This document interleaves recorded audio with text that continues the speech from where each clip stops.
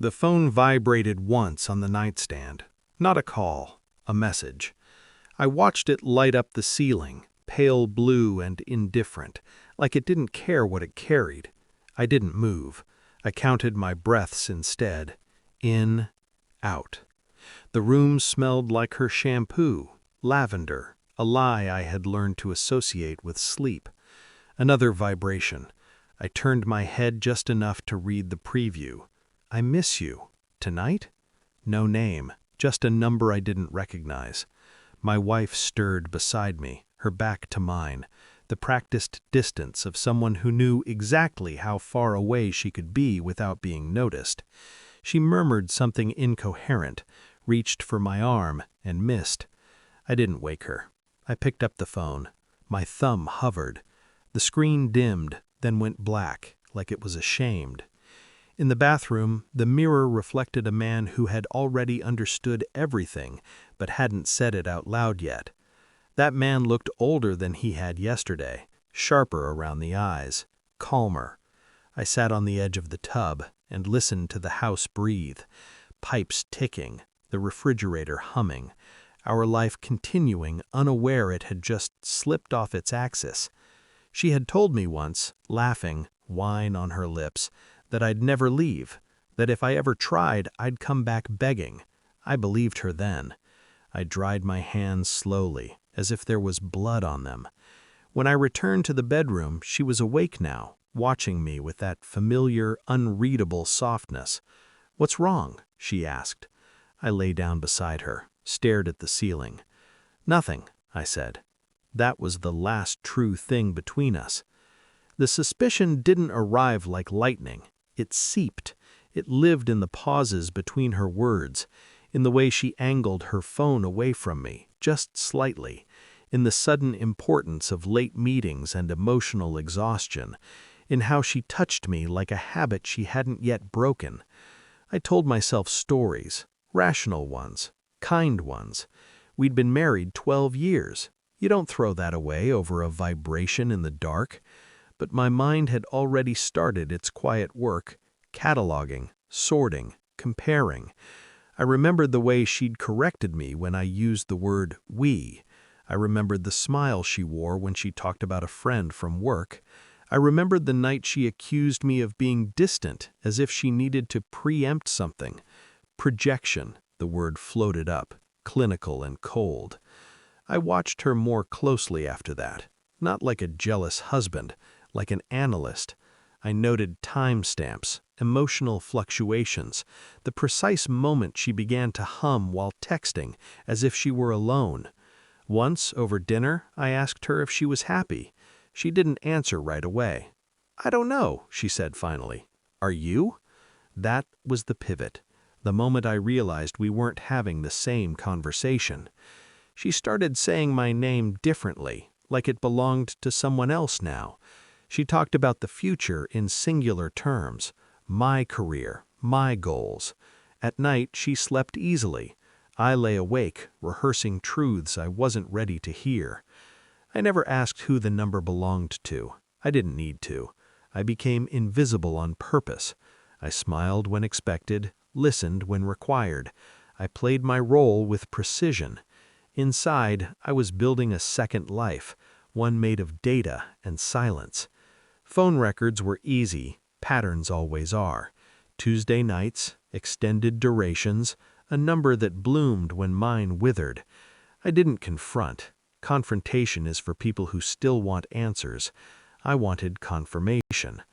I hired a private lab, told them I needed discretion. They nodded like they'd heard it all before. Maybe they had. The DNA test was the hardest decision, not because I doubted the child was mine, but because part of me hoped it wasn't. Hope is a dangerous thing. It makes you stupid. While we waited, I watched her perform motherhood with the same distracted efficiency she gave our marriage. Loving, but elsewhere, always elsewhere.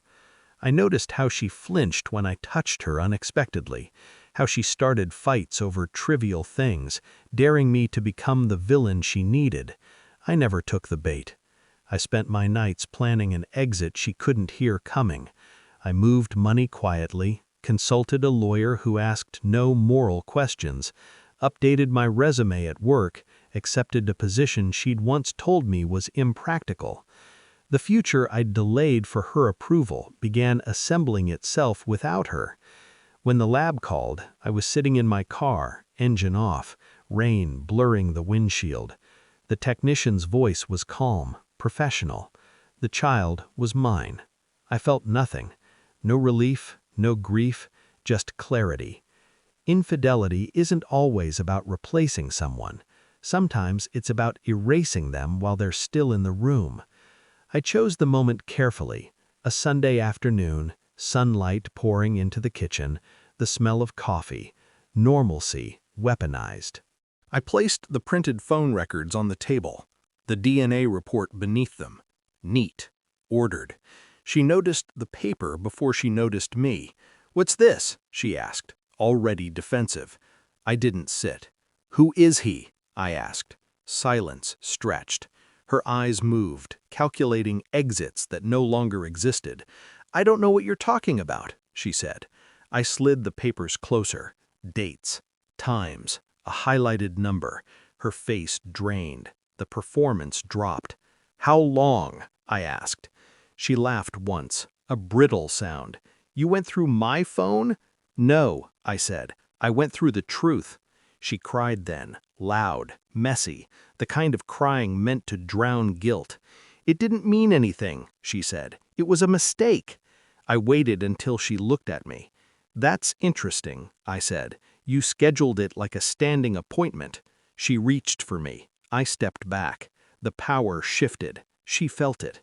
Panic replaced sorrow. "You'll forgive me," she said. Not a plea, an assumption. I thought of the night she'd told me I'd come back begging. I handed her the final document. She didn't understand it at first. Then she did. The room went very quiet. I didn't raise my voice. I didn't insult her. I simply explained. The accounts I'd separated, the lawyer I'd retained, the job I'd accepted across the country, the apartment already leased. Her world collapsed in slow motion. "You can't just leave," she said. "After everything?" I nodded. "That's exactly when you leave."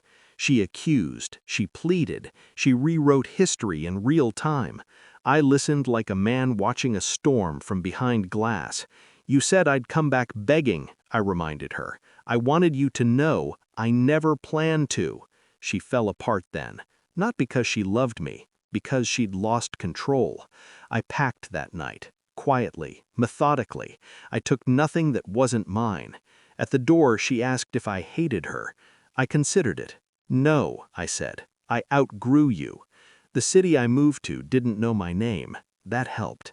I rebuilt myself without asking permission, slept deeply, thought clearly, lived honestly. Sometimes I remember her voice, the certainty, the way she mistook my patience for weakness. I don't feel anger anymore, just distance. She texts occasionally, long messages, apologies shaped like traps. I don't respond. Some exits are louder when you don't announce them. She was right about one thing. I did come back, just not to her.